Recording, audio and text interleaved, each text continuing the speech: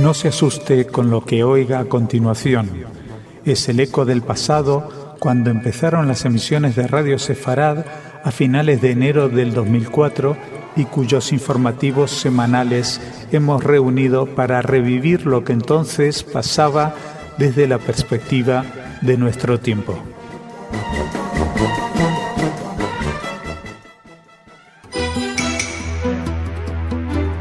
Señoras y señores, bienvenidos a nuestro espacio informativo donde seguimos hablando de la indignación que ha ocupado las calles de Israel, pero en esta ocasión lo vamos a plantear desde una perspectiva diferente.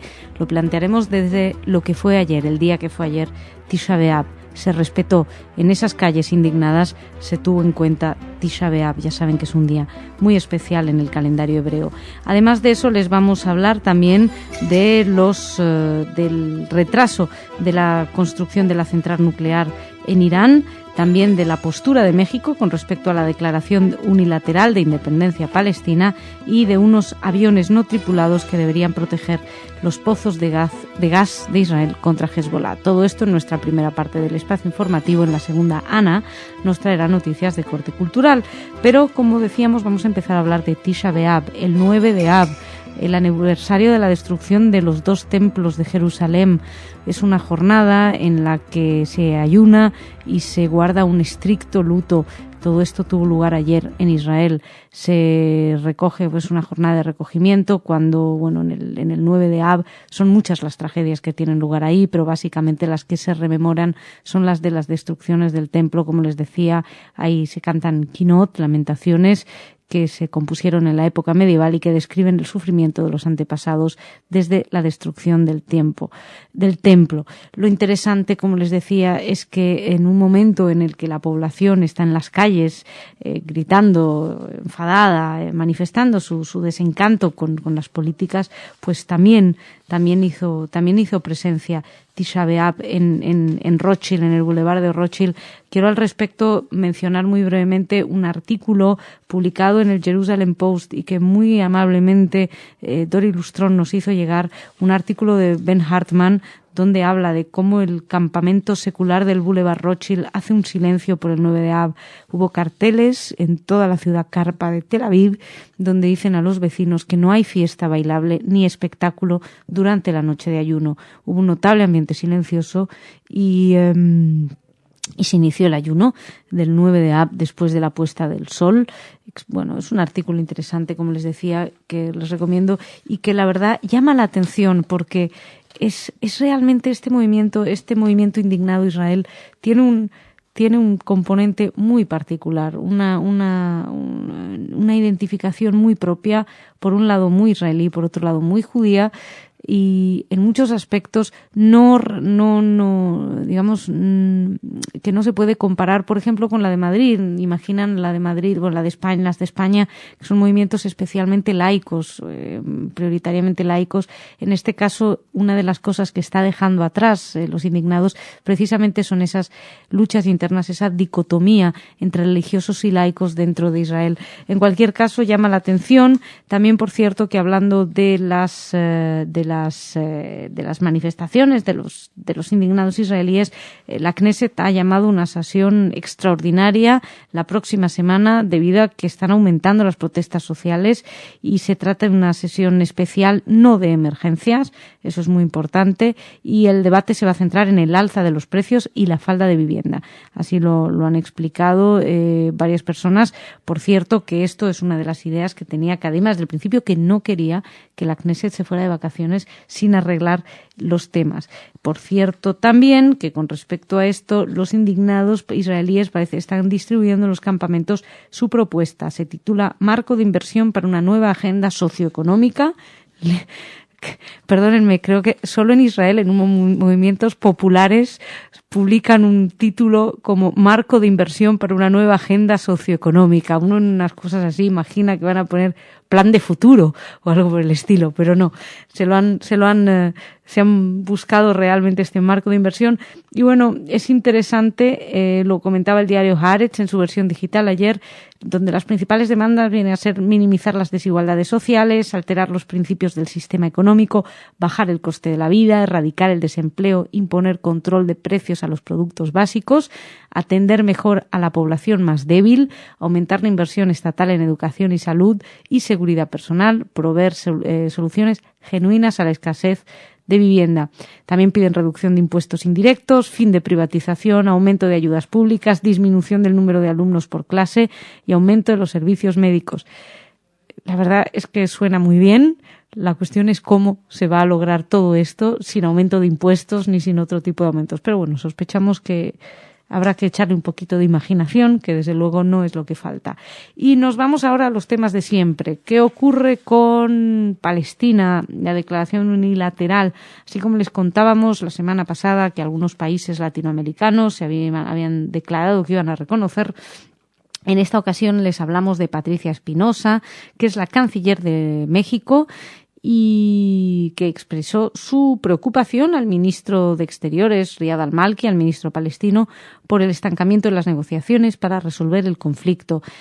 Fue recibido Malki por la canciller mexicana durante una visita a México y entregó una carta del presidente Mahmoud Abbas dirigida a Felipe Calderón, al presidente mexicano.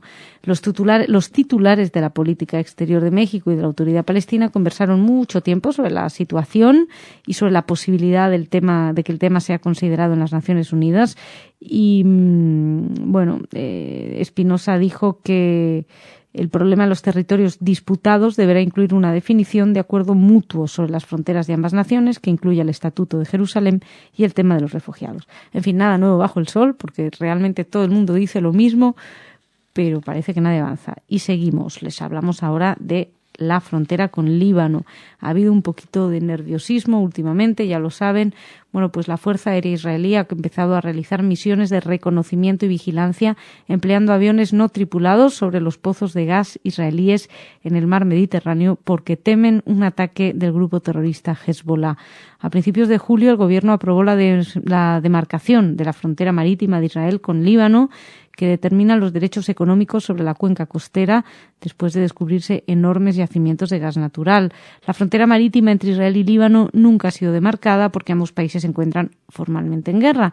El conflicto en torno a las aguas territoriales de ambos países cobró fuerza en los últimos años después de que se descubrieran, por supuesto, grandes cantidades de gas natural en la costa levantina. Israel resolvió emplazar aviones no tripulados después de que Hezbollah haya amenazado a Israel y están ahí para proteger lo que Beirut considera que es su soberanía marítima. Líbano permanecerá vigilante, dijo Naim Qassem, subsecretario general de Hezbollah. Y otra noticia que no es Hezbollah, pero son íntimos amigos y promotores, tiene que ver con Irán. La primera central nuclear de Irán, de la de Bushehr, en el sur del país, no va a poder abrir antes de finales de agosto.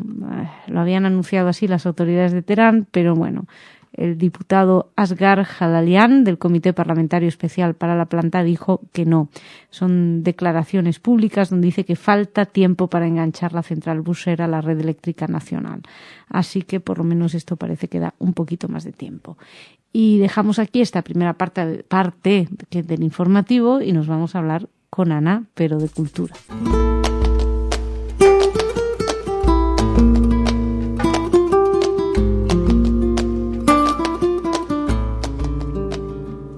Ana, ¿cómo estás? Bien, Masha, ¿qué tal? Bien, un poco despistada. No doy las palabras hoy, me salen todas medio raras. En fin. Está bien. Te perdonamos solo porque es agosto. Me parece una buenísima excusa para que me perdonen. ¿Qué nos traes? Bueno, y como es agosto, en Toledo se presenta el 10º Festival de Verano, en el cual tenemos música de las 3 culturas. Esto se inaugurará el día 11 de agosto con la actuación del ya conocido aquí Trío Sefarad. Después habrá muchas actuaciones, por ejemplo, música medieval cristiana con Eduardo Paniagua, Bet Naharin, grupos como Shark Vagarb y también terminará con Balkan Sefarad. Eso sucede del 11 de agosto al 17 de agosto. Muy bien. Uh-huh. Y ahora les voy a contar sobre un homenaje a Leonard Cohen. Esto ya me gusta mucho. Sí. Bueno, músico, poeta, hablamos últimamente de él porque recientemente se decidió que él es el príncipe de Asturias de las letras de este año. Y aquí en España se decidió hacerle un homenaje muy especial. Es un libro que se llama Songs by Drawings, homenaje a Leonard Cohen. Es una colección de 100 ilustraciones realizadas por Alfredo González en un libro que lo que hace es dar color e imagen a 38 de sus canciones, además de un prólogo de 6 artistas españoles que cuentan qué significa para ellos la música de Leonard Cohen. Debe ser muy bonito. La verdad es que sí. Sí. Y termino con una cosa que no entiendo, a ver si me la explicas. Ah, muy bien. Sí. Bueno, yo a veces lo hago esto, a los oyentes. Digo, yo no he entendido, yo se lo cuento, pero ustedes me lo explican. Entonces, yo encontré la siguiente noticia. Israel acaba de anunciar que va a participar en la próxima competición de Eurovisión. Hasta aquí me queda claro, Israel lleva muchísimos años participando en el Eurovisión, a pesar de que va a ser en un territorio musulmán. Eso ya me causó ¿En un territorio curiosidad. musulmán? En Azerbaiyán. ¿Por qué Azerbaiyán desde cuándo participa en Eurovisión? Esa es la parte que no entiendo. Esta noticia es muy rara. Y se supone que la sacaron de Ma'ariv, un periódico israelí, que bueno, no entiendo por qué tiene que inventarse eso. Bueno, Azerbaiyán, ahí en la casi frontera con Irán, entonces dicen que había muchas dudas sobre si enviar o no el equipo israelí, también porque va a suponer muchísimo gasto de seguridad. Además, para agregar... Eurovisión. Te juro que dice Eurovisión y además sé que es porque, perdón, porque cuentan de otras veces que Israel ha ganado Eurovisión con Dana International y Aleluya y bueno, todo lo... Qué pena no ser seguidora de Eurovisión para saber... Entonces, a ver si alguien de los oyentes me lo explica, por porque favor. ya es bastante raro que esté Israel en Eurovisión, pero bueno, como no les dejan jugar en otras exacto, ligas... Israel está en muchas cosas de Europa, también sí. Las ligas de deportes y bueno, está bastante cerca y se entiende por qué no va a participar con Irán y Siria en sus partidos de fútbol, ¿ok? Hasta aquí sí. me queda claro, pero ¿por qué el próximo Eurovisión se va a celebrar en Azerbaiyán? Veo que no eres eurovisionóloga. No. La verdad, yo tampoco, no sé mucho. Así que aquí Dejamos un llamamiento a los oyentes, por favor cuéntanos a redaccion@radiosefarad.com. Sí, la verdad es que es un misterio. En fin, pues Ana, muchísimas gracias. Señoras, señores, muchísimas gracias a ustedes. Volvemos mañana.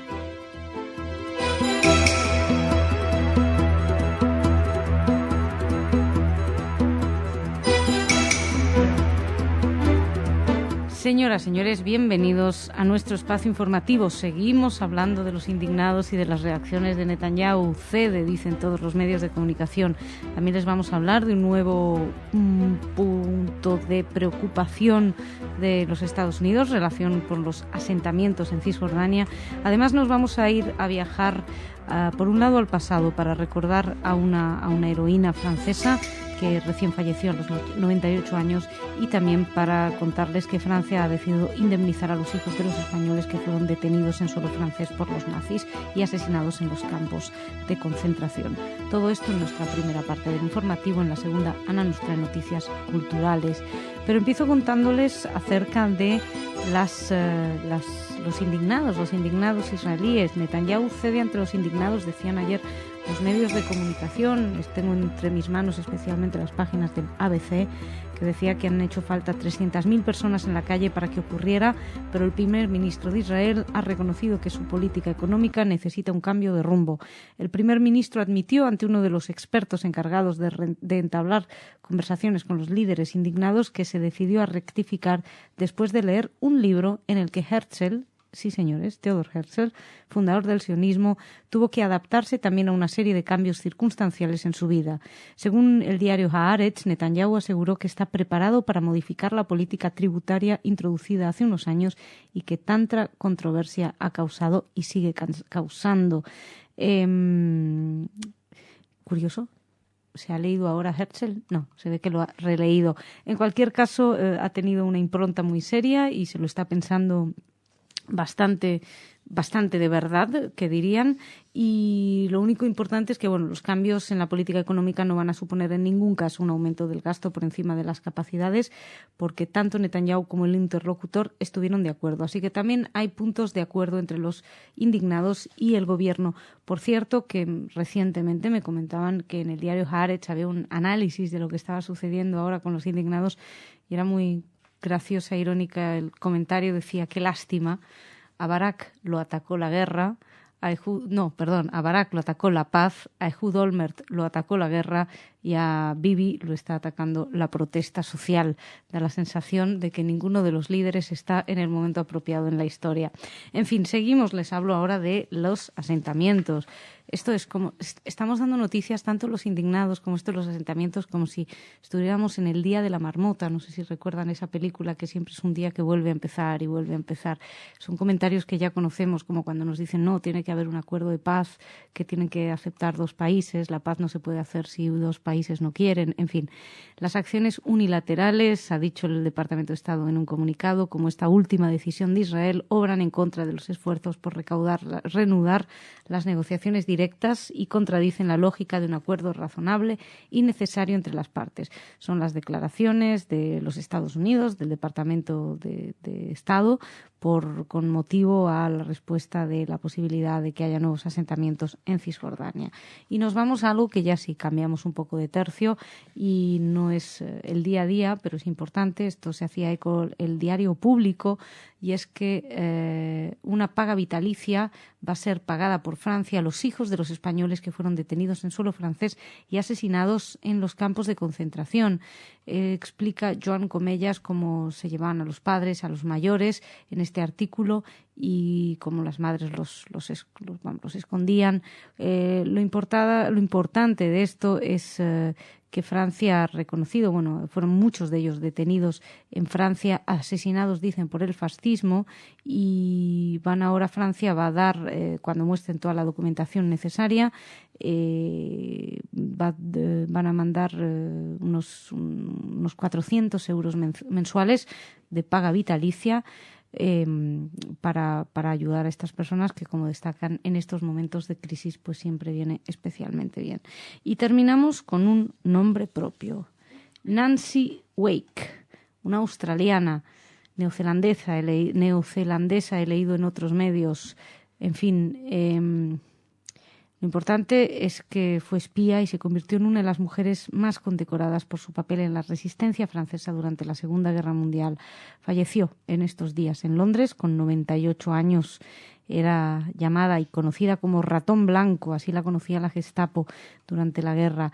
Wake falleció el domingo en un asilo de ancianos en Londres y fue una mujer, como la definió la primera ministra Julia Gillard, fue una mujer de coraje excepcional y enormes reservas, cuyas proezas salvaron la vida de centenares de aliados y ayudaron a poner fin a la ocupación nazi de Francia. Ella nació el 30 de agosto de 1912 en Wellington, en Nueva Zelanda, ven, como no era australiana, y fue entrenada en espionaje y sabotaje por los servicios de inteligencia británicos. Ayudó a armar y a guiar a 7.000 combatientes de la resistencia francesa para debilitar las defensas nazis antes de la invasión de Normandía en los últimos meses. Mientras distribuía armas, dinero y libros de códigos en Francia, consiguió que no la capturaran los nazis y alcanzó el tope de la lista de personas más buscadas por la Gestapo. Así lo cuenta su biógrafo Peter Fitzsimons, que destacaba que había estado en el top 10, el número 1 de las personas non gratas para la Gestapo. Era además, parece ser, una mujer muy hermosa, y los alemanes buscaban a alguien que se parecía, dicen, a ellos, un hombre agresivo con armas, y por eso nunca dieron con ella, porque pensaban que era un hombre como los nazis, pero era una mujer joven y hermosa quienes estaba volviéndolos locos. La cuestión es que ella recibió la Legión de Honor, el máximo honor militar en Francia, además de las 3 cruces de guerra, la medalla de la Resistencia. También Estados Unidos le dio una medalla de la Libertad y Gran Bretaña la medalla George. Según sus deseos, los restos de Wake son cremados, están previstos que sean cremados, sus cenizas se lanzarán al aire la próxima primavera en el centro de Francia, donde participó en un ataque contra un cuartel de la Gestapo. Y con esta noticia y con este recuerdo para Nancy Wake dejamos la primera parte del informativo y recibimos a Ana, que ya está aquí y que nos va a hablar de cultura.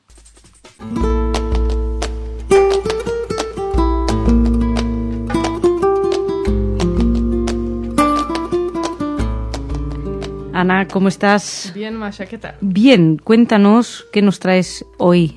Bueno, empezamos en Buenos Aires.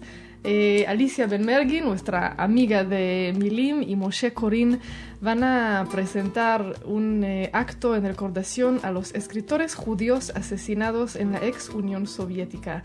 Esto se llevará a cabo el próximo martes 16 de agosto en el Café Literario de la AMIA, también con lecturas de textos de algunos de estos escritores. Para quien esté en Buenos Aires, ya sabe que tiene un plan.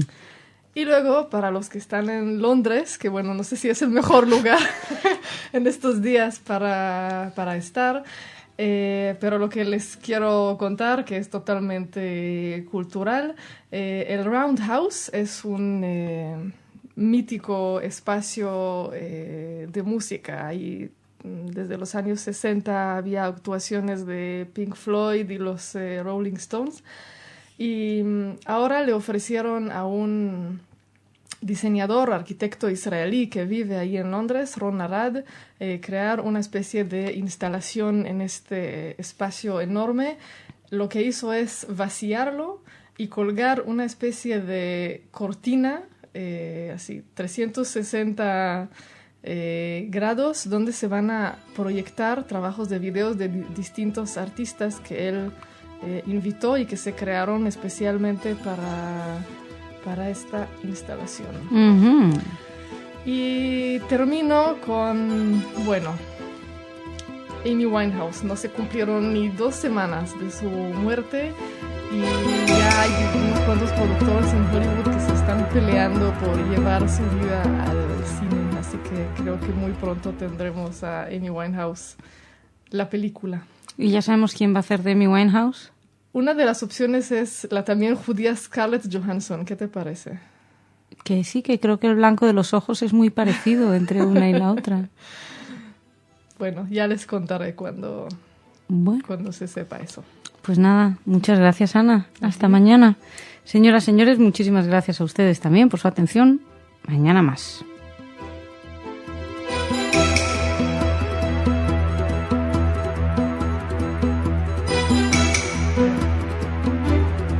Señoras, señores, bienvenidos a nuestro espacio informativo solitario en el día de hoy, en el que ni Ana ni Jordi nos harán compañía, pero en el que les hablaré, por ejemplo, del padre de la reina de Silvia, de Suecia, les hablaré de símbolos nazis en la campaña de cierto político en Argentina, también de presiones alemanas por motivo de las pensiones a las víctimas del nazismo y de la Academia Rumana, que ha aceptado cambiar una definición de una palabra antisemita en su diccionario.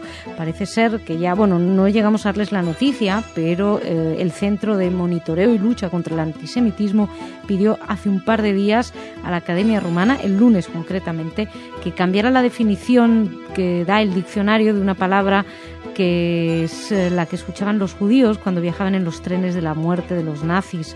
Maximiliano Katz, director del Centro de Monitoreo y Lucha contra el Antisemitismo, dijo que el uso común de esa palabra rumana era ofensivo.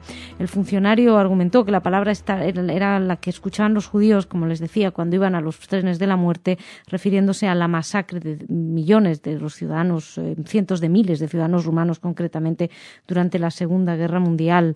El diccionario explicaba que se utilizaba con un sentido familiar, pero no decía que es antisemita. Bien, pues la noticia es que la Academia Rumana informó el miércoles que la definición de esa palabra iba a ser cambiada, iban a notar que es un término peyorativo y no iban a decir que era un término familiar, como estaba figurando hasta ahora.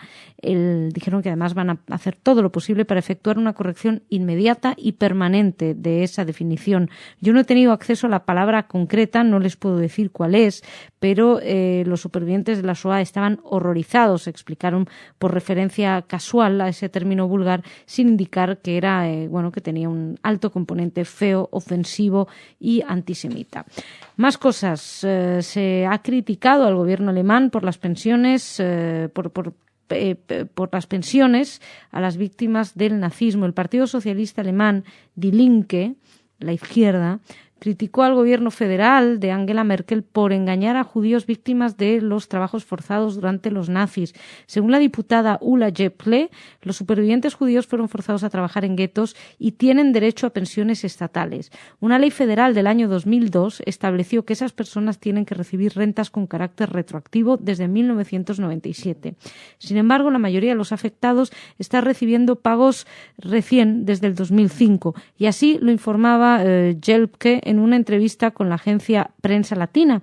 En los primeros años después de la nueva ley, las autoridades alemanas rechazaron 56.750 solicitudes de víctimas del nazismo con el argumento de que estas pensiones no eran un sueldo oficial y que esas personas no lo estaban recibiendo. Sin embargo, en el 2009 el Tribunal Federal de Asuntos Sociales extendió el derecho a pensiones también a personas que obtuvieron solamente alimentos en cambio de trabajo, y después de un fallo, una gran parte de las solicitudes rechazadas fueron aprobadas. Sin embargo, los demandantes fueron pagados desde el 2005 y no desde 1997, que es lo que están denunciando esta diputada de Die Linke, de la izquierda alemana. Hablando de nazismo, se han descubierto símbolos nazis en una campaña de Narváez, de Francisco Narváez. Una gran cantidad de usuarios de Internet se vieron sorprendidos y alarmados al ver en YouTube un spot de la campaña Unión para el Desarrollo Social, la lista que postula a Francisco de Narváez como gobernador bonaerense, y el vídeo empezó a difundirse por las redes sociales, en concreto por la página Taringa, y en diversos blogs donde se ve al fondo de la imagen una svástica que, como saben, es el símbolo nazi. La propaganda presenta a Mónica López, candidata a vice de Narváez, en el supuesto salón de una casa adornado con plantas y decoración moderna. Mientras la mujer da un discurso relacionado con la inseguridad, se puede ver en toda su extensión un enorme cuadro abstracto que cuelga de la pared, que está justo detrás de ella. A medida que López se desplaza por la habitación, el espectador va viendo que disimula entre gruesas líneas negras que parecen no significar nada, y llega a verse desde los 41 segundos la cruz nazi en la obra de arte. Primero la derecha de la candidata y después, en un cambio de plano, se ve a su izquierda. Rápidamente los dirigentes del sector repudiaron el hecho porque, según decían, la aparición de ese símbolo en una pared agravia toda la comunidad. Y la verdad es que vamos a ver qué sucede. De esta noticia teníamos noticia, valga la redundancia, gracias a la página de Terra, y fue antes de ayer. Y terminamos con el padre de la reina Silvia de Suecia. Parece ser que se ha dicho en muchas ocasiones que había sido colaborador de los nazis, y la hija pues no estaba contenta y pidió una investigación para establecer los vínculos entre su padre y el régimen nazi. Y bueno, pues según el informe que fue publicado esta semana, el martes, podría haber sido un héroe que ayudó a un empresario judío a huir de Alemania. Según la página de Internet, no tenía miedo de lo que pudiera encontrar cuando empezó a buscar los archivos, porque dijo la reina Silvia, porque sabía que no tenía motivos de preocupación. Una asociación de víctimas de la Shoah criticó este informe, dijo que está carente de toda credibilidad y subrayó el hecho de que la reina solicitara esa investigación y que solo puede despertar sospechas de encubrimiento.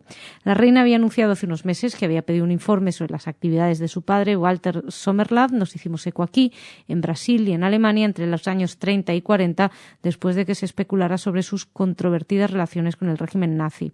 Se sabía desde hace tiempo, eso sí, que Sommerlath se afilió al Partido Nacional Socialista Obrero Alemán en el 34, cuando vivía con su familia en Brasil, y la reina insistió en que no estaba implicado políticamente y que había sido forzado, igual que muchos otros, a unirse al partido para salvar su carrera. Claro que si estaba en Brasil tan forzado. Bueno, en mayo de este año la televisión privada TV4 reveló que Sommerlath se había además aprovechado del programa nazi a favor de los arios para apoderarse de una empresa que pertenecía a Elm Wechsler en 1939, un empresario judío. Bueno, según el informe de 34 páginas que publicaba el martes el historiador sueco Erik Norberg, los archivos indican que Sommerlath le estaba haciendo un favor a Wechsler y había intercambiado parte de una plantación de café en Brasil por su empresa en Berlín para permitir que el empresario judío bonaerense de Alemania, pues pudiera escapar. Y señoras y señores, vamos a dejar aquí las noticias. Por ahora ya saben que para oír hablar de noticias relacionadas con Israel tienen que escuchar nuestro programa desde Israel con nuestro corresponsal Salem Erdi. Nosotros, como les decía, lo dejamos aquí. Shabbat Shalom, que pasen un buen fin de semana y nos reencontramos la semana que viene.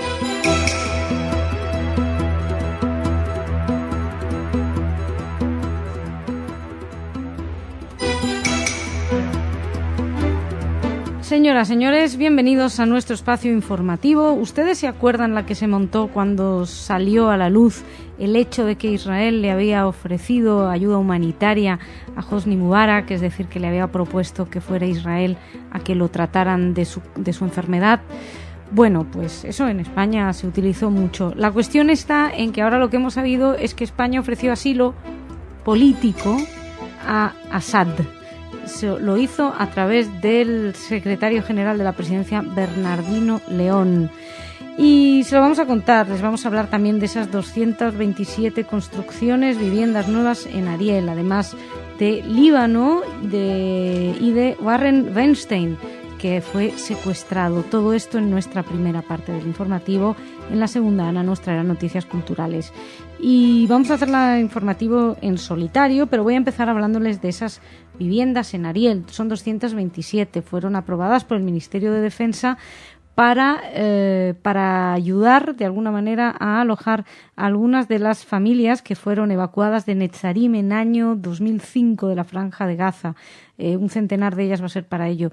Parece mentira, pero son familias que fueron evacuadas y que todavía no han encontrado un lugar en el que vivir. El gobierno los instalaría en Ariel. Esto evidentemente no ha gustado nada a la comunidad internacional porque están hablando de la incesante construcción en los asentamientos. Lo que pasa es que existen 3 grandes asentamientos y esto es importante también para entender la noticia. No que Israel no vaya a construir en otras zonas, pero con respecto concreto a Ariel, hay que destacar que Ariel, Gush Etzion y Male Adumim son 3 grandes núcleos de vivienda. Han crecido, ya hay más de 30.000 habitantes judíos y en las negociaciones desde los parámetros de Clinton están contempladas que estas 3 ciudades, ya podríamos decir, van a formar parte del definitivo Estado de Israel y a cambio Israel va a ceder otras zonas, otros terrenos para los palestinos. De manera, la idea también en muchos de los acuerdos es que pueda haber una conexión entre Gaza y Cisjordania. O sea, lo que todo el mundo sabe, está en todos los borradores de acuerdos de paz, es que Ariel, entre otros, y probablemente el que más, se terminará quedando en la sección de Israel. En cualquier caso, como les decía, esto no ha gustado.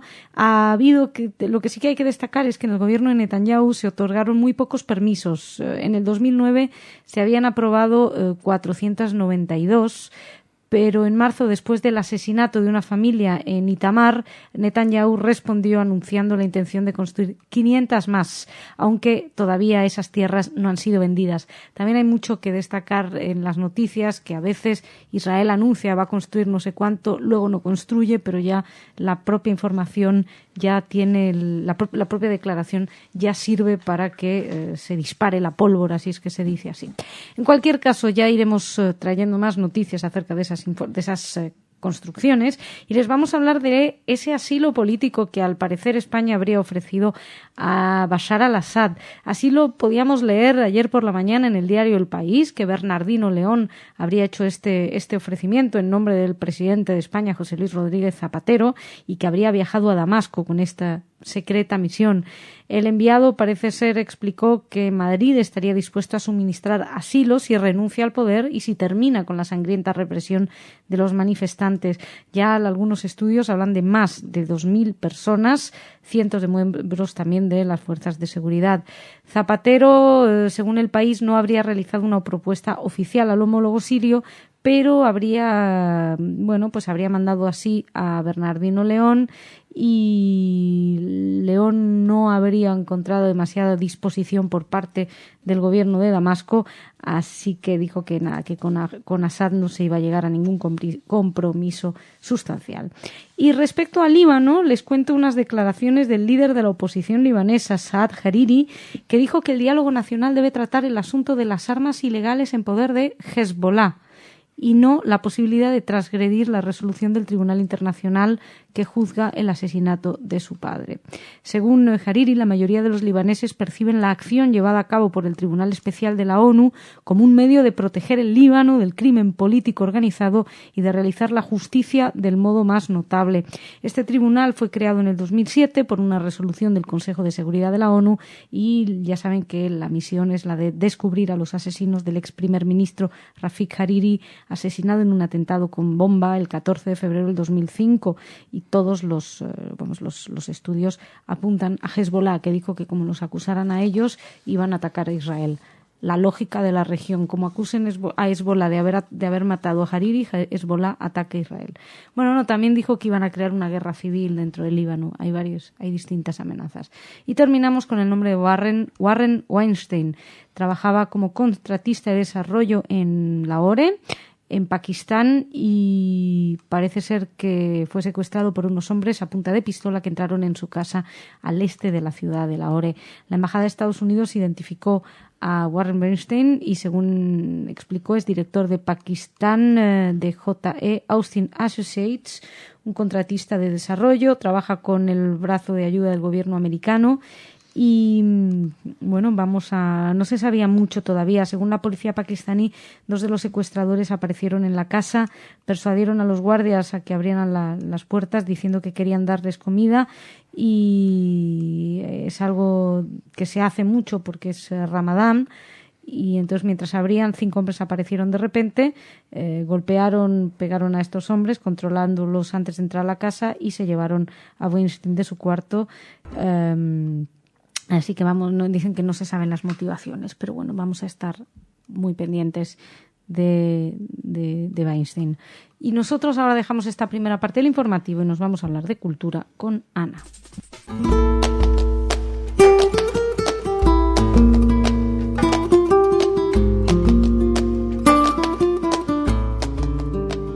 Muy buenas, Ana, ¿cómo estás? Bien, Masha, ¿qué tal? Muy bien, esperando que nos cuentes qué es lo que nos traes. Bueno, empiezo con un ciclo de cine judío.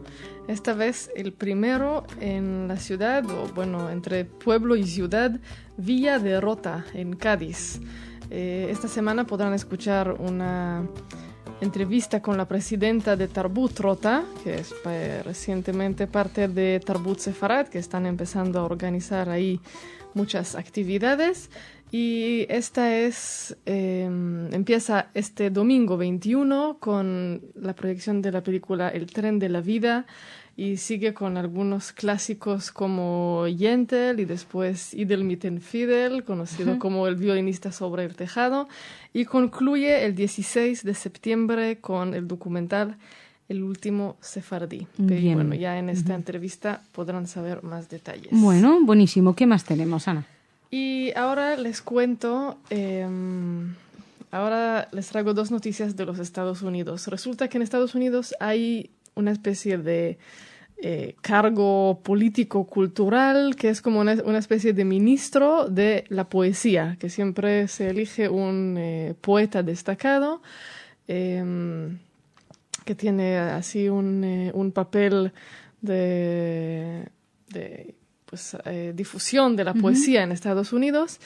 Y el nuevo ministro de la poesía de Estados Unidos es el poeta judío Philip Levin, que fue sobre todo famoso, sigue siendo famoso por sus y reconocido con muchos premios por sus obras, también por un lado de búsqueda de su legado judío, y también protestas sociales, y este tipo de temas son los que trata. Tiene 83 años y estaba diciendo que uno de los proyectos que le gustaría hacer, que creo que te va a gustar, es que una especie de concurso para que la gente elija el peor poema que se les ocurre, porque dice que normalmente la mayoría de la gente piensa que la poesía es algo muy pesado y serio y solemne, y él quiere hacer algo para que eso no sea así, que dice que no cree que le van a aceptar esta propuesta, pero bueno, esa es un poco así la idea.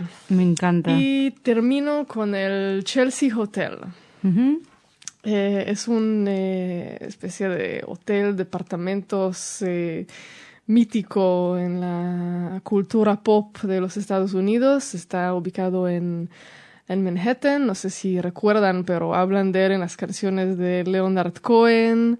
Estuvieron ahí Bob Dylan y bueno, muchos otros grandes que escribieron ahí guiones y canciones. Y yo me tomé todo. algo en el bar.